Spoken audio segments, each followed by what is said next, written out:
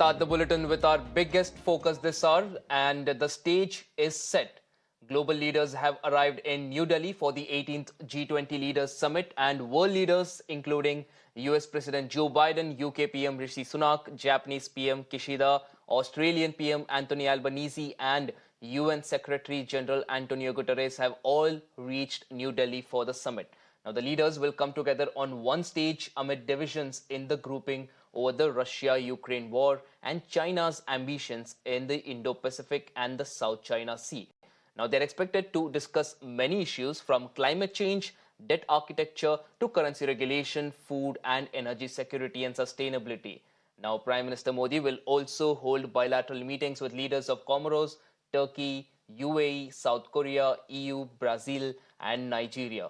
He's also expected to do a pull-aside meeting with Canadian President Justin Trudeau, and on September 10th, Prime Minister Modi will have a lunch meeting with French President Macron. In fact, Prime Minister Modi has already held bilateral talks with heads of Bangladesh and Mauritius. You know, we have taken the G20 right down to the grassroots level in India. The Prime Minister's vision has always been that the G20 should not be an event held only in the capital city. This should involve the length and breadth of our country in terms of participation. We are going to, by the end of our presidency, we will have hosted G20 meetings in 60 different cities of our country. Every state and union territory would have hosted at least one G20 meeting.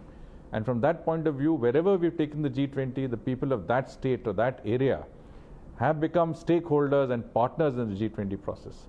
There's also been a Jan Bhagidari process. These mediums have enabled us to take the message of our G20 presidency right down to the grassroots level, making sure that every citizen today, in some ways, is associated with the G20. And as the Prime Minister mentioned the other day, he says at least 1.5 crore citizens of ours have been directly associated with the G20 in one form or the other. Out of the leadership vision and out of the thoughts and suggestions from the political leadership, we developed an organizational plan.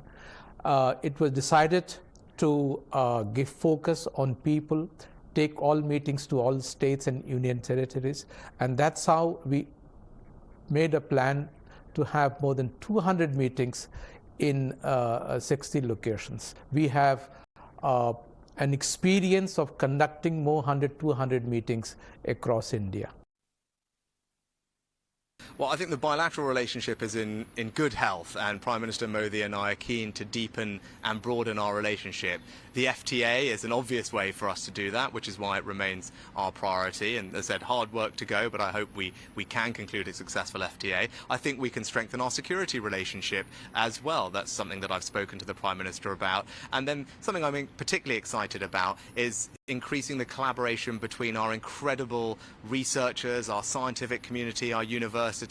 The UK and India are two of the leading science technology superpowers of the world, and I think if we work more closely together, we can create jobs, create new businesses and help solve some of the world's most pressing problems.